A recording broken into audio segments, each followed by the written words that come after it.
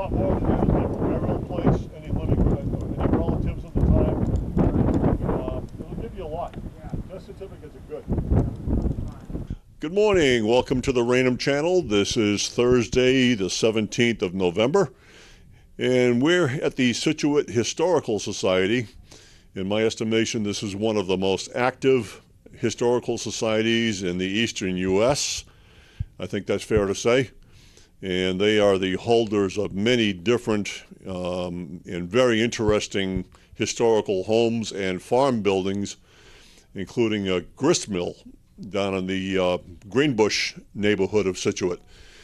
And of course, their prized piece is their 1810, 1811 Cedar Point Lighthouse, which is, again, one of the most photographed and one of the most painted lighthouses in the U.S., and it's also the oldest continuously occupied, unchanged, and complete lighthouse station in the U.S., if I'm correct.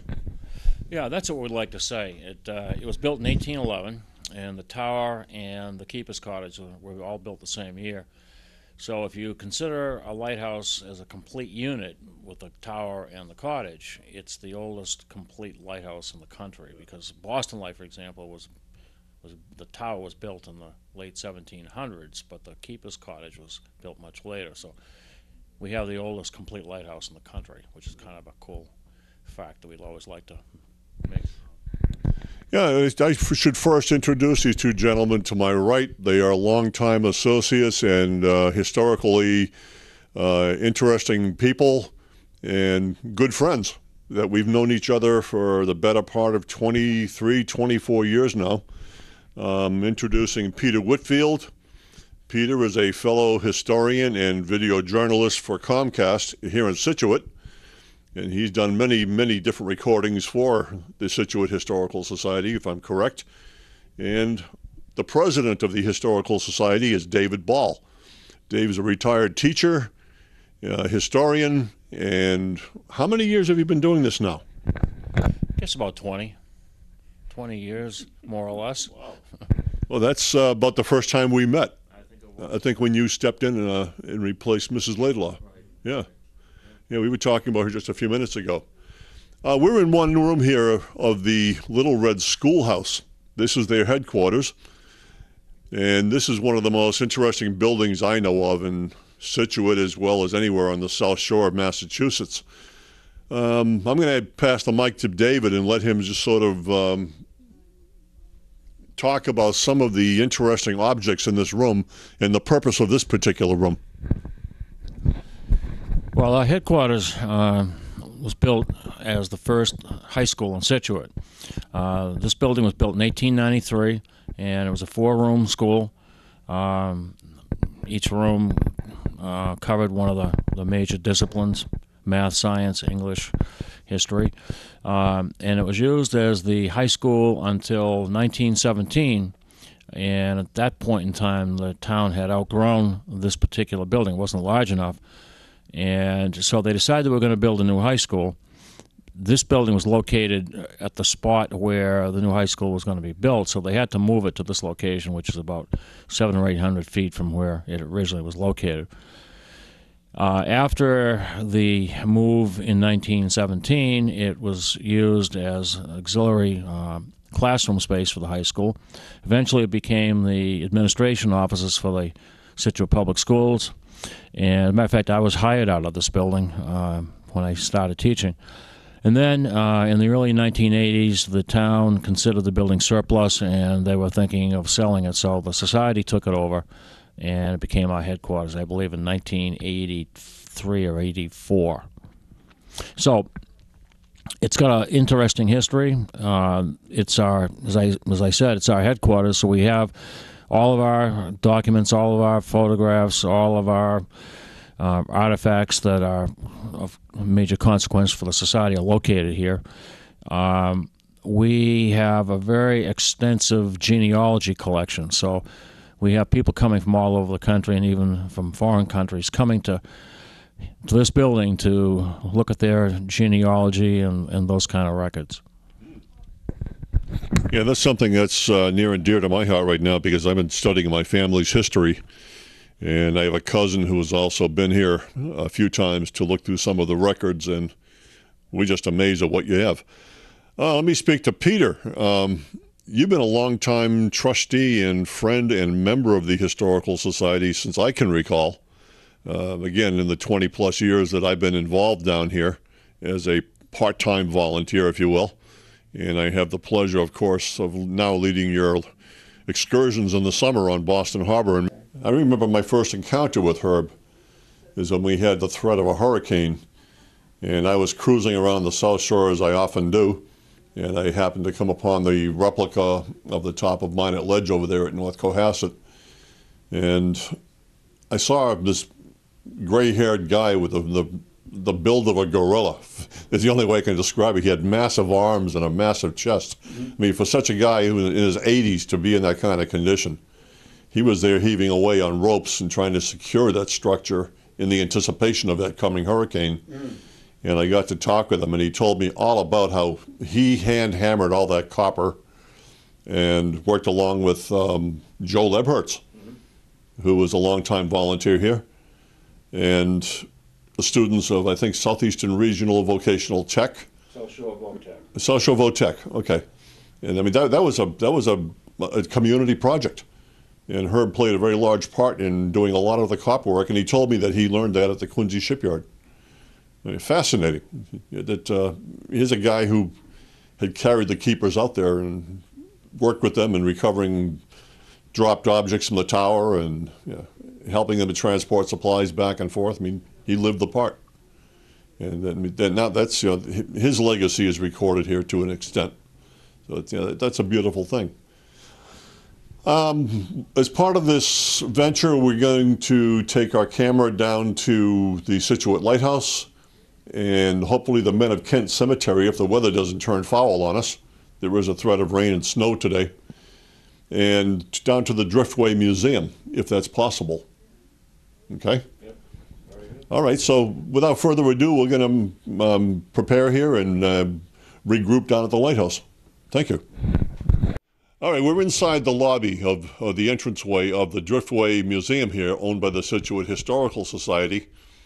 And one of the most interesting objects behind me is the 7-masted schooner built at the Four Rivers Shipyard for the owner, Thomas Lawson. Right. Thomas Lawson was a resident of Scituate, came here around 1900 and built a very large estate. As a matter of fact, the estate was so large that it took 1,000 men about 2 years to build it. He was a very flamboyant kind of guy. He was investing in copper at the time, so he became very wealthy early in his life. And he decided to build a 7-masted schooner. And he wanted to do that because no one had ever built a 7-masted schooner before. There's a little bit of debate as to what the masts were called because no one had ever had a ship that large before. And one of the stories is that the names of the masts were for the days of the week: Sunday, Monday, Tuesday, Wednesday, Thursday, Friday, and Saturday. Whether that's true or not is up for debate. But anyway, this was a very large ship, and it ended up going across over to England on its first foreign voyage, and it was carrying oil at that time. It was caught in a very violent storm off the southwest coast of England on the Isle of Scilly, and was destroyed in that storm. A very tragic event. It was the first major oil spill in the world when the ship sank. There was a crew of 21, 19 were killed. And the interesting part of the story is that the Lawson was lost on December 13, 1907, and that was a Friday. And Lawson was a very superstitious kind of guy and really was upset when he found out that the ship had been lost, but even was more upset when he found out what the date was. Wow. That's fascinating.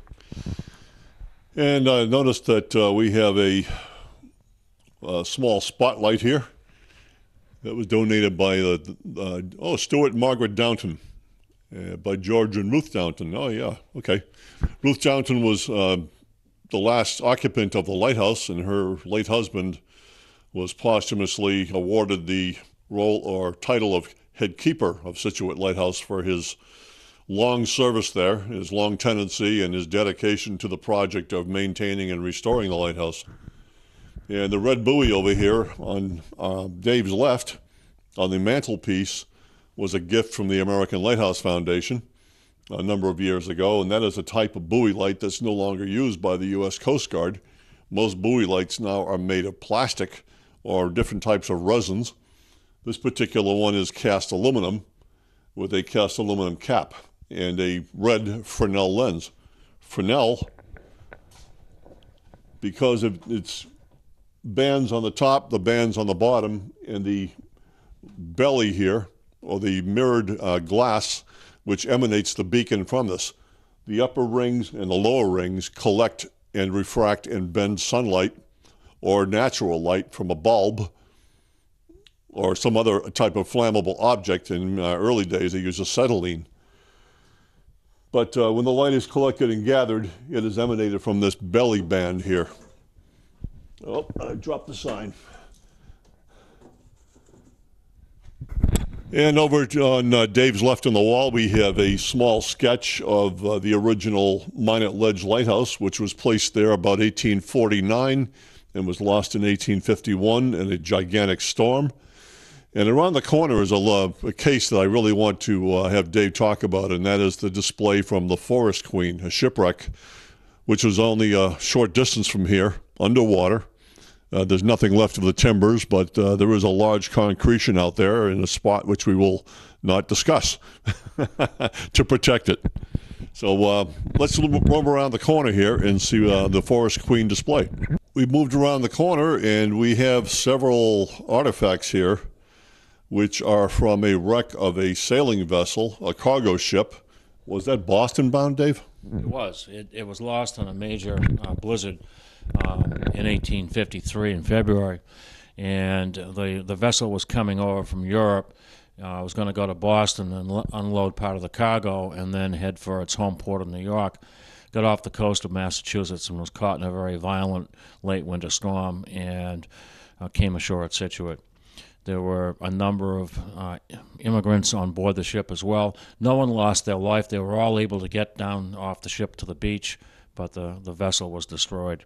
It had a very valuable cargo, including some silver ingots, large amounts of wine, champagne, as well as foodstuffs on the ship, and it was all lost. Some of it was salvaged at that time, but for the most part, everything that was on board the ship just was lost at that point in time. We have some divers that are working with us at the museum, and they have been retrieving this and have been working on this shipwreck for the last 20 years or so. And they have the permits from the Underwater Archaeological Board of the Commonwealth of Massachusetts to do that, so that they are now exhibited at the museum. This is really fabulous. I noticed that you have two ingots over here, and we just discussed a few minutes ago that these may or may not be entirely silver, but they're very impressive with their stamps from China on the tops of the ingots.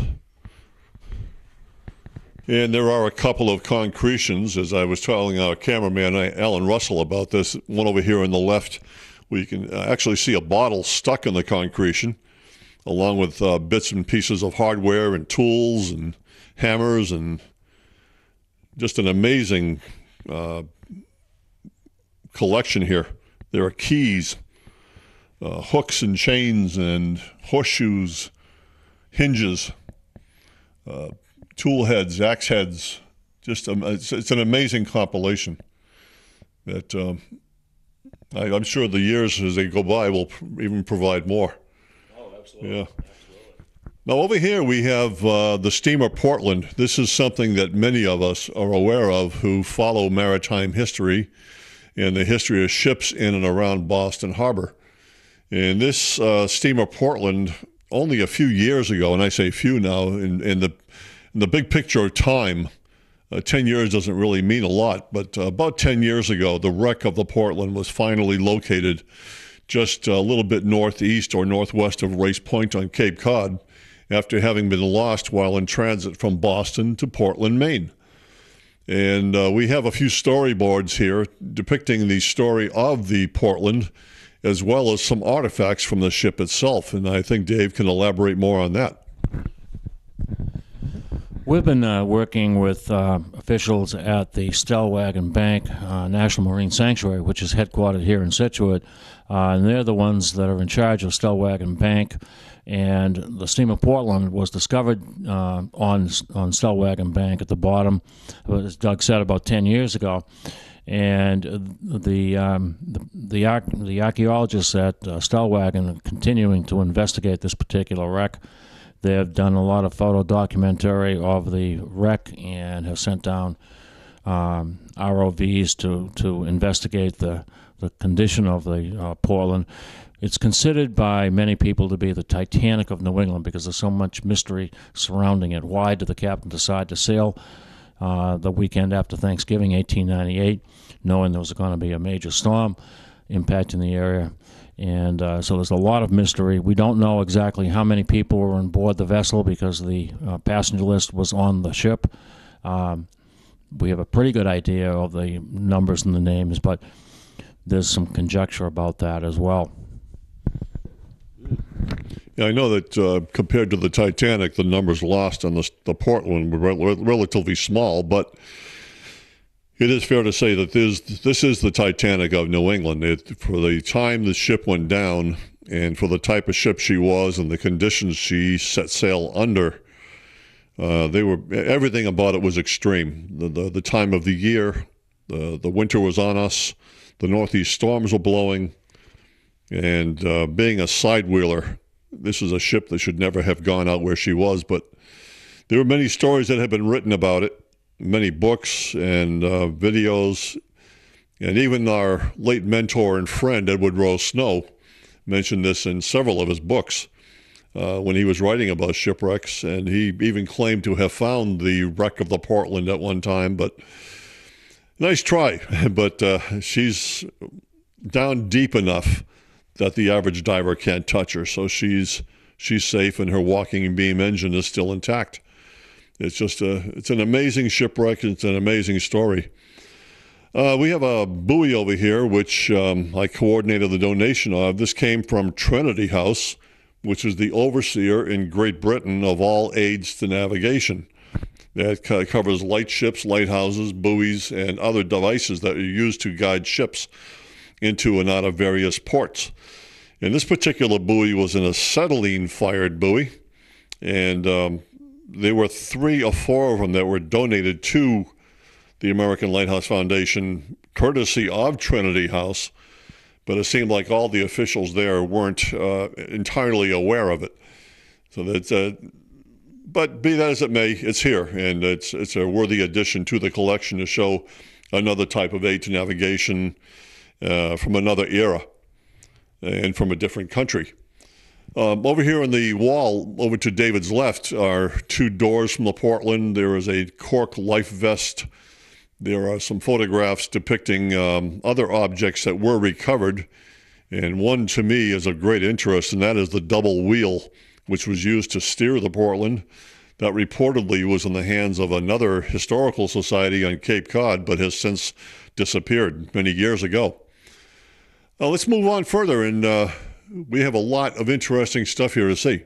Hey, we're in another room here in the Scituate Maritime Museum, and over to my right is a fireplace that has a story behind it.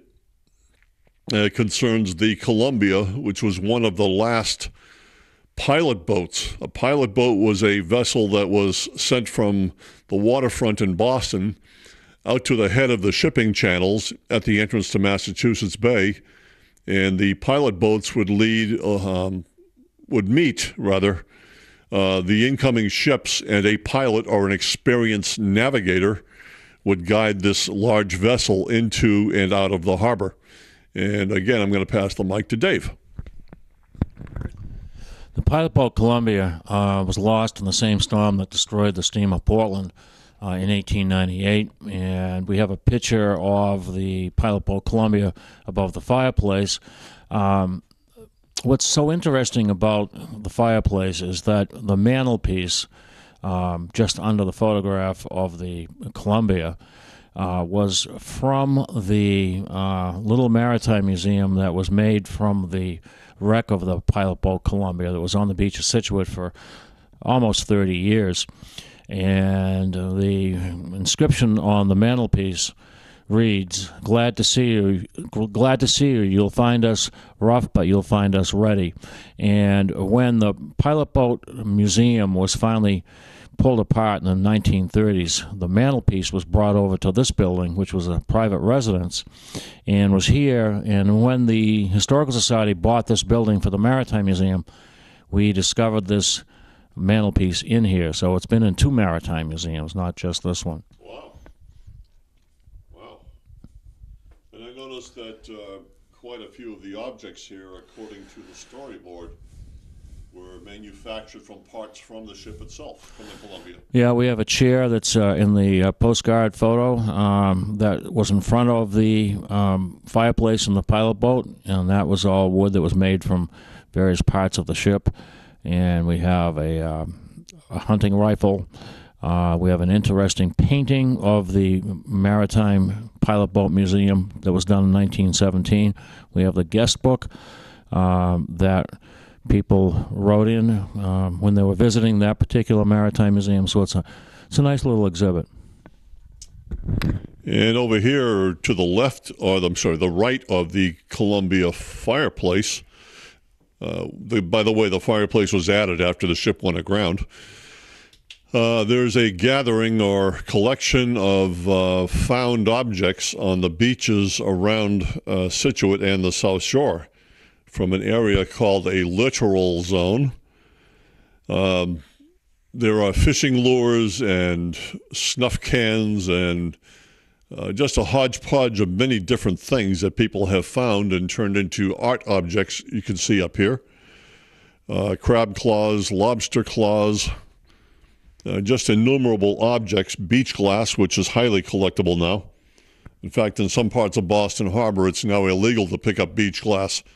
Being a part of the national park now, Boston Harbor Islands National Park, as they say, you can only go in there and take pictures but leave nothing but footprints. And that's in keeping with that theme. Beach glass is a highly collectible thing, and a lot of amateur and professional jewelers are looking for this type of object, and it would be a shame to see a lot of it gone and just become a retail object. Just fascinating collection. And over here, behind me where I was standing, are some storyboards about the Portland Gale, the loss of the steamer Portland, the Etrusco, and just it's a wonderful collection of shipwreck artifacts and stories related around these 2 major wrecks that occurred in the waters in and around the Scituate area and the very extreme end of Cape Cod, which is only about 18 miles to our east. So that is just basically a short distance. And this beautiful 4th order Fresnel lens. We won't talk about where it came from because there is a lighthouse project that would love to have it back, but it's here in Scituate. It's just a nice thing that the Coast Guard was willing to allow them to have it. And there's a specially built glass case around it, which is part of the agreement with the U.S. Coast Guard that it has to be protected. Behind that is a cast iron stand, which reportedly was found amongst the wreckage of the first Minot Ledge lighthouse that was built in 1849 and collapsed in a spring storm in 1851. And there is a brass plate on there depicting where it was from and where it was put together. We're in another corner here of the Scituate Driftway Maritime and Irish Mossing Museum. That's a long title. But it does cover all the ground that this historical society is basically interested in. This is very much a maritime town. I'm standing next to a case which is near and dear to me. I made a friendship with a woman, oh my word, almost 30 years ago, through a joint activity that I was involved in for many years. And I learned that she was the granddaughter of a lighthouse keeper. His name was Milton Ramey. And as time went on and our friendship grew and deepened, she passed some papers on to me, and they are in this case right here. These depict the history of Milton Ramey from the time he became the head lightkeeper at the Gurnet Light down in Plymouth Harbor, at the entrance to the harbor. That little lighthouse sits on top of a bluff overlooking both Cape Cod Bay and Plymouth Bay. The case is made by a man named Harold Flegg, who is now deceased. Harold was a dear friend. Harold was the only living crew member of the Vineyard lightship number 73, which was lost when it went down in a huge hurricane in 1944. But that hurricane wasn't spoken of very much because it was overshadowed by the activities going on during World War II. Harold made this case to house these documents, which have been donated to the Scituate Historical Society, and it is stamped with a little brass plaque down here. It says Flegg Co., Flaggco. The story behind Harold is that when the Vineyard lightship went down in September of 1944, there were 12 crewmen aboard, and Harold was one of 5 men who were ashore. Those 5 men were on their way to relieve 5 members of the crew that were on the ship. They were in a motor whaleboat that left from New Bedford Harbor, and they only got as far as Woods Hole.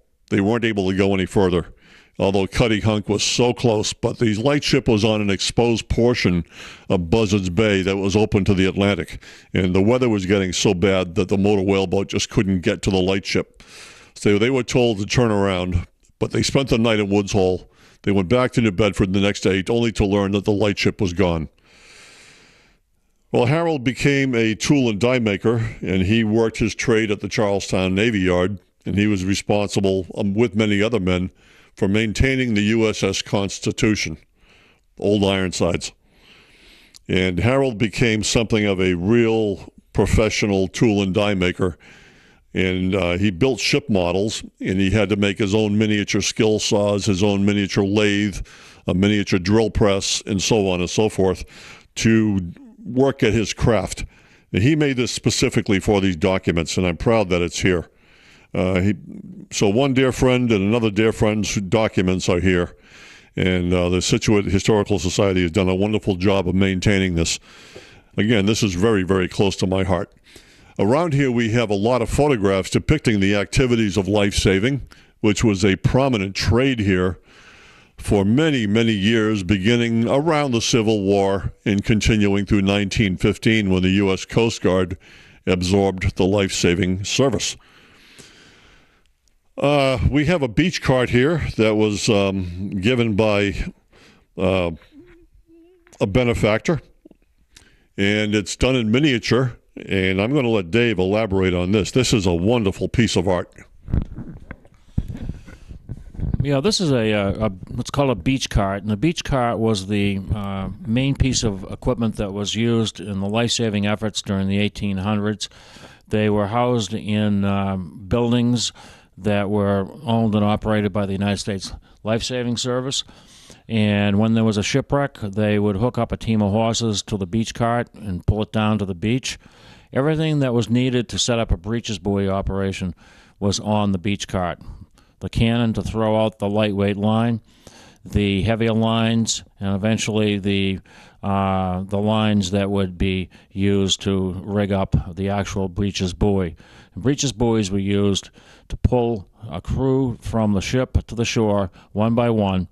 And so this is really the equivalent of a fire truck in a fire station when the life-saving service was in operation. The United States Life-Saving Service eventually became the United States Coast Guard.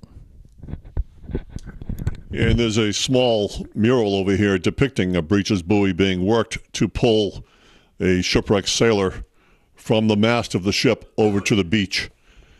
And there's just an amazing collection of things here. Behind me is a scale model of the first Minot's Ledge lighthouse that was completed. It had multiple legs, cross-braced in multiple locations with the actual structure on top. And the theory back then when they built this on Minot Ledge offshore was that the waves would pass through the tower without much resistance. Well, this is true. But the force of tons of water continually pounding at this frequently would weaken these braces, and the keepers had to make their way down, and with wrenches and hammers and bars, they had to do everything they could to straighten it and tighten things up again. But it just couldn't withstand Mother Nature, and finally on April 16th and 17th, 1851, the tower went down, and the neighbors nearby heard the erratic ringing of a bell, and the next morning they found that the lighthouse was gone.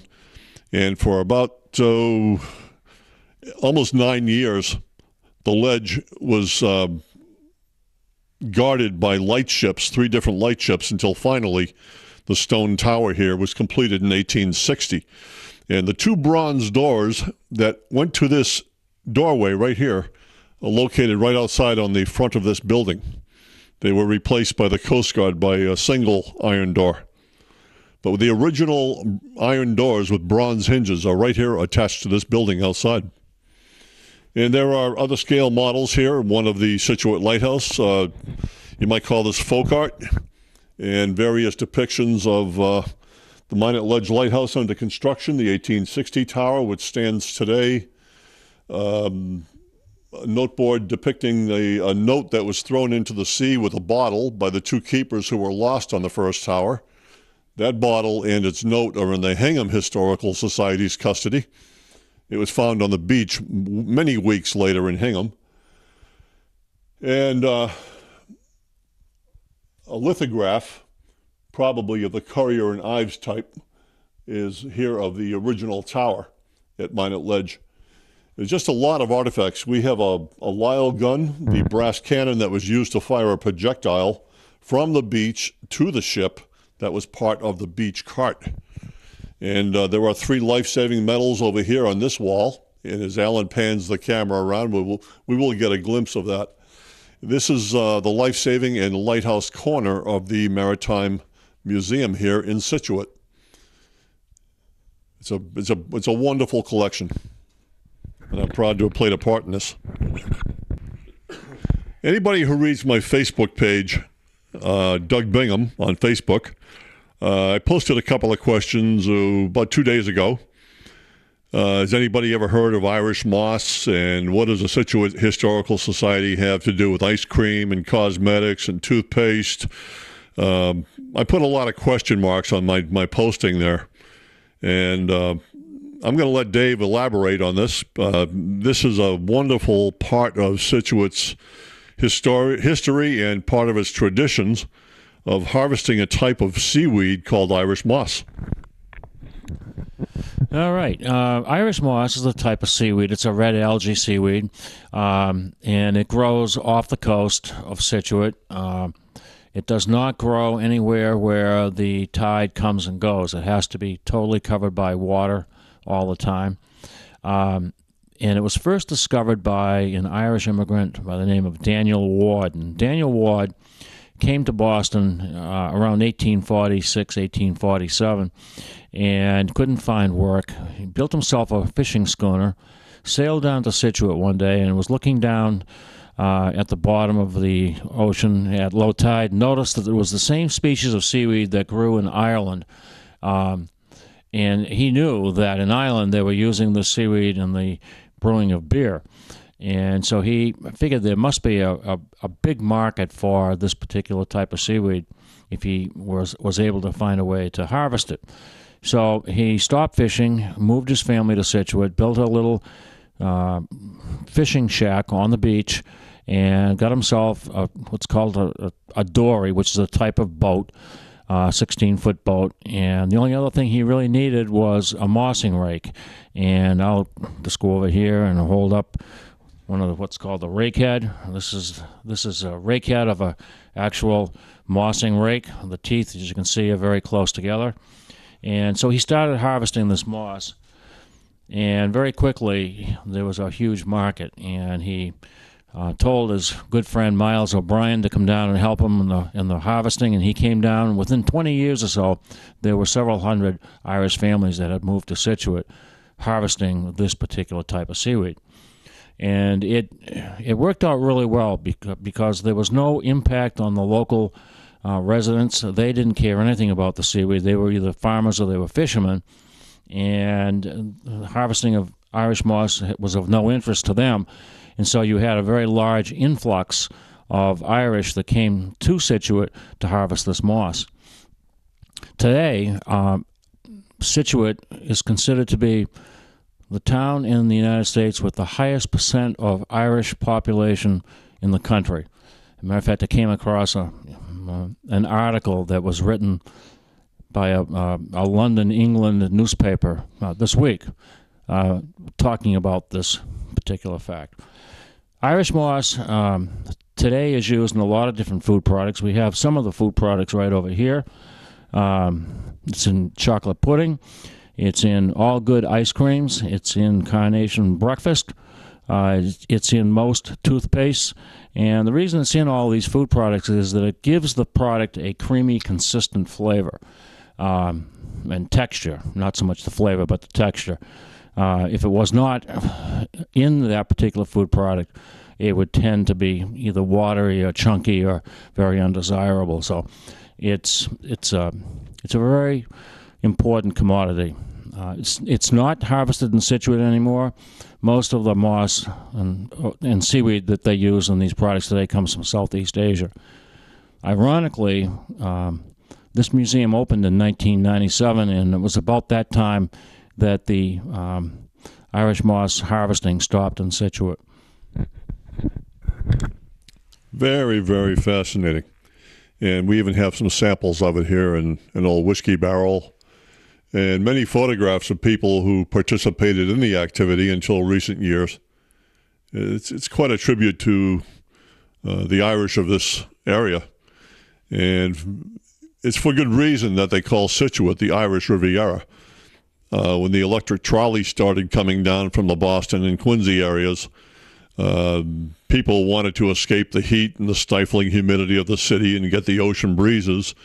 And many Irish people who had family who participated in the Irish mossing industry and had passed their properties along to the younger generations of their families, they took advantage of it. And again, as David said, there are more Irish here per capita than almost anywhere else in the country. It's quite a tribute to Scituate. Beautiful, beautiful town. We're going to move along, and we're going to take the camera down to the Scituate Lighthouse. Again, this is the oldest continuously occupied, unchanged, and complete lighthouse station in the United States. All right, we're inside the entranceway to the Scituate Tower. And as I mentioned before, we won't be able to get up inside the lantern room. The access is just too small for 3 people and the camera. So we're just going to take a look at some of the architectural details here of this tower and show you how it's built from the inside. When you look at the outsides of these towers sometimes, they're so sleek and they're so pretty, you don't see the rough interiors and actually get a look to see how they're built. But the doorway is made of granite plinths or granite uprights with a granite lintel overhead. And I think it might be fair to say that this granite was either quarried in Weymouth or Quincy, Massachusetts, which are both nearby. In both areas at one time had very active quarries going right through the 1960s. In fact, my great-grandfather was a quarry worker, which I'm very proud of when I look at this. You can see some of the architectural details, the wooden stairs, which are very wide. This is very unusual. Most lighthouses have very narrow stairs, which are only about 6, maybe 8 inches wide, where these are tapered in a triangular pattern, and they spiral around this central post right here. Interesting that you have a firebox too, although it's not working. Little architectural detail, highly collectible objects. This tower just recently underwent a massive restoration, and again, I'm going to let Dave talk about that. Bricks were popping out, and something had to be done to save this structure from collapsing. When Scituate Light was built in 1811, it was not at the height that it is today. It was actually about half the height, and the original tower was built out of granite block. And as soon as it was lit, the local mariners started complaining to the federal government that although it was of some help, it really wasn't very effective at night out at sea because it was not simply high enough. So in 1827, the federal government decided to extend the height of the tower by another 15 or 20 feet. And to do that, they had to use brick rather than granite block because the lighthouse tower is tapered inward. So the brick is at the part of the tower where it's the vertical section. So the tower in 1811 was about half the height that it ended up being in 1827. So when you're looking at the interior of the tower here where we're standing, this is all the original granite block, and we'll go up in the tower a little bit and you can see the transition to the brick. Okay, so without further ado, let's go up inside.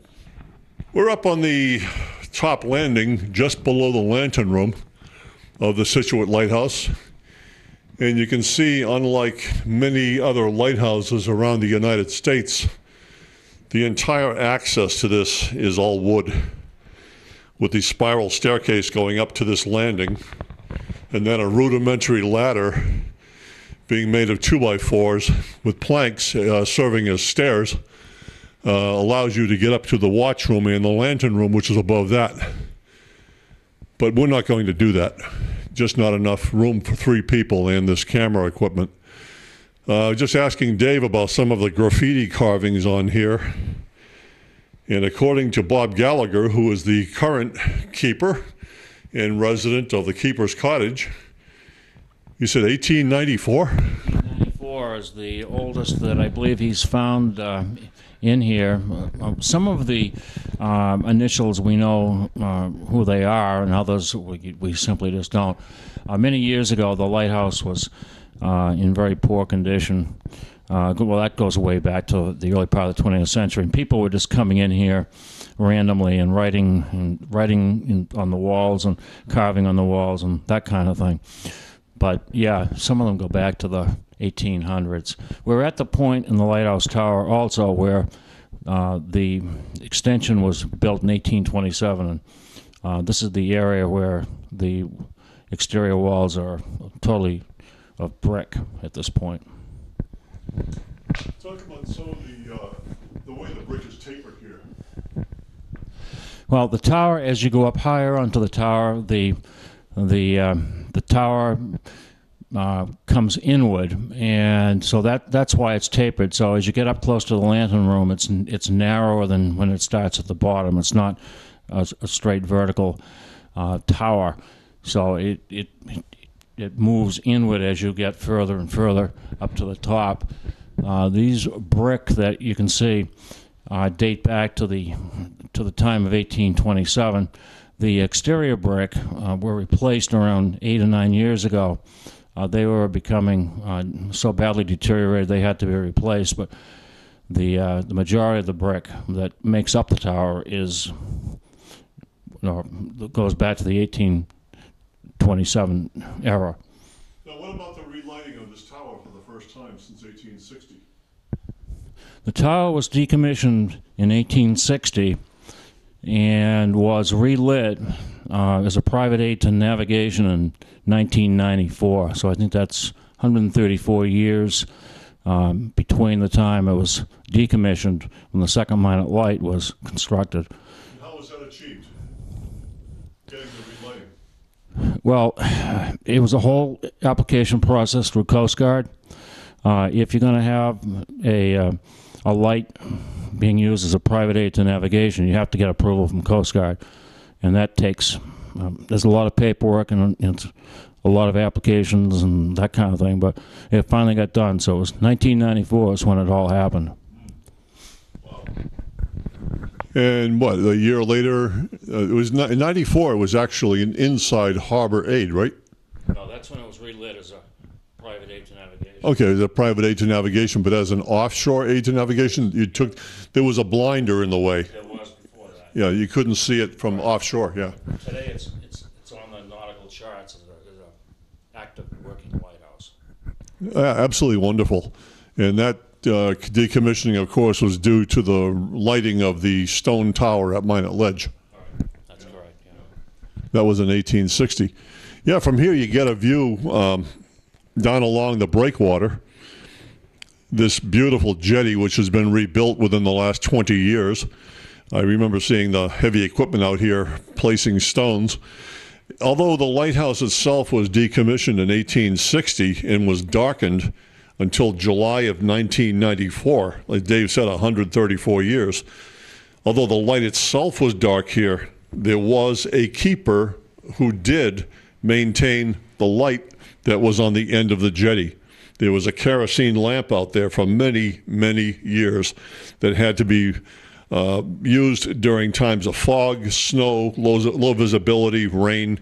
So there was a keeper who did walk out to this breakwater despite the weather conditions. If there were waves breaking over, he still had to make his way out to keep that light going so that the fishing vessels that depended on this port for safety and to drop their catches would be able to navigate into and out of the harbor. It was an all-consuming job. It was 24 hours, 7 days a week, and it wasn't without its hazards. Being a lightkeeper was not a cushy job, despite the notions of many people. There may be a certain historical romance about it, but there was nothing romantic about the job. You literally had to sleep with one eye open at all times, and you could never let that light go out. If that light went out and you were on watch, you lost your job. And the next guy in line who wanted your position would get it. And again, there was no security on them being a lighthouse keeper prior to 1910. Being a keeper also depended on which political party you were affiliated with, because as the parties changed, the keepers changed. If you weren't in favor of that candidate who was running for office, and he made it into office, and you weren't one of his supporters, his guy got the job. It was a very, very interesting history on these towers and the people who worked them, the people who made these places operate, who maintained them, who oversaw the light, who saw the shipwrecks happen. They also assisted in the rescuing of people from ships that went aground, and they also assisted in the recovery of the bodies that laid along the beaches from the many wrecks that occurred up and down this particular coastline between here and Boston. I think one of the records I saw said there was something like 400 recorded shipwrecks and then some from the time the first white settlers arrived in this area up until recent years. And that included fishing vessels, sailing boats, schooners, barks, brigantines, you name the type of boat. If it wrecked on these shores, the wreck was recorded by the U.S. government in one fashion or another. I'm going to let Dave go at this time, and we're going to get some shots around Scituate. And I can't thank you enough for your time. I speak to you as a friend and a longtime ally, and it was fun doing it. Yeah. It's always fun to talk about. It's always fun to talk about Scituate Light in particular. It's one of my favorite spots in town. Yeah, you've been a valuable friend and a valuable ally, and I thank you for that. Well, thank you. Welcome to Cohasset Harbor. I thought as part of our trip to Scituate, and we were talking about lighthouses and Scituate and Minot Ledge Light in particular, that we couldn't go without at least giving you a few minutes of this particular location. We're at Government Island here in Cohasset, right on Cohasset Harbor. Up behind Alan and over to his right is the keeper's house for this particular lighthouse station. This keeper's house accommodated whoever was going to be occupying the Minot Ledge Lighthouse, which is 1.5 miles north of us, out there in Boston Harbor on the edge of Massachusetts Bay, one of the most critically located lighthouses in the United States. It guards and protects ships from going aground on the many rocks and ledges which are the most western extremity of the Stellwagen ledges, which start just north and east of Cape Cod at Provincetown. The ledges out on the Provincetown end are sandy, while those out here are extremely rocky, and they've claimed somewhere in excess of 300 ships in recorded history. Behind me is a replica of the top of Minot Ledge Lighthouse. The stones are authentic. In 1987 and 1988, the lighthouse out there, which is 114 feet tall, made entirely of granite, was suffering a lot of stress fractures in its upper 4 courses of stone, which you can see right here. The individual pieces were airlifted off by helicopter and brought here to Government Island at Cohasset Harbor, and they were reassembled using a lot of Portland cement, of course, and hydraulic cement, which makes it weatherproof. And a replica of the lantern room was put in place on top. The framework was constructed by the South Shore Vocational Technical School students in their welding shop, and the entire copper dome was hand-hammered by none other than a friend of ours, Ken Jason, and his brother Herb Jason. Herb Jason learned his trade at the Quincy shipyard many, many years ago, and as part of the restoration and construction of this replica, Herb did a lot of the hand hammering of this copper, which is nothing other than a masterpiece. Inside is a portion of a second-order Fresnel lens. Most of it is missing. It was vandalized quite heavily during the years that the light was vacant and not tended by the Coast Guard, which is a rather sad state of affairs. But at least you do have a portion of that, and we will get a close-up. And as a matter of fact, let's take the camera over there. You notice the Fresnel lens inside. I said second order, I'm sorry. This is what they call a third order. The orders of lenses start with 1. They are the largest, most brilliant, and they contain over 300 individual pieces of French polished, hand-polished and hand-ground French crystal. Many of the Fresnel lenses that are still in place in America's lighthouses were mostly manufactured in France by either Henri Lepeau or by Jean Fresnel's company. Just outside the lighthouse here is an interesting artifact. This is the original bell, fog bell, from the Minot Ledge Lighthouse. A number of years ago, when this replica was being put in place, the bell sat open all by itself. It wasn't mounted on anything, and a gentleman was seen loading in the back of his pickup truck when my friend Herb Jason came along and asked him, "What are you doing? Don't you realize what you have here? That's not scrap metal." So the guy, of course, released it, and Herb took this to a company over in Quincy and had it dipped in acid to take the years of grime and grit and grease and dirt and everything else that had accumulated on it. And they hand polished this after having it dipped in acid. And it's just an absolutely remarkable piece of preservation. This, of course, chimed a signal during times of fog, rain, snow, low visibility, or what have you out there. Here you can get a close-up of some of the braces that support the lantern room from the pedestal, which actually is made of the upper portion of the old light itself offshore. Just off to our right are 2 interesting rings. Here set in the ground. During the years 1851 through 1860, when this lighthouse was under construction, actually the construction began in 1854, so let's say a little under 5 years, 1 day short of 5 years it took to build that stone tower offshore. Starting in 1854, as the stones were being cut from the Pine Hill Quarry in Quincy, Massachusetts, they were put on specially designed sloops at a shipyard near Quincy, and they were transported down here inside Cohasset Harbor, and the stones were set in place on these 2 rings that we see over here.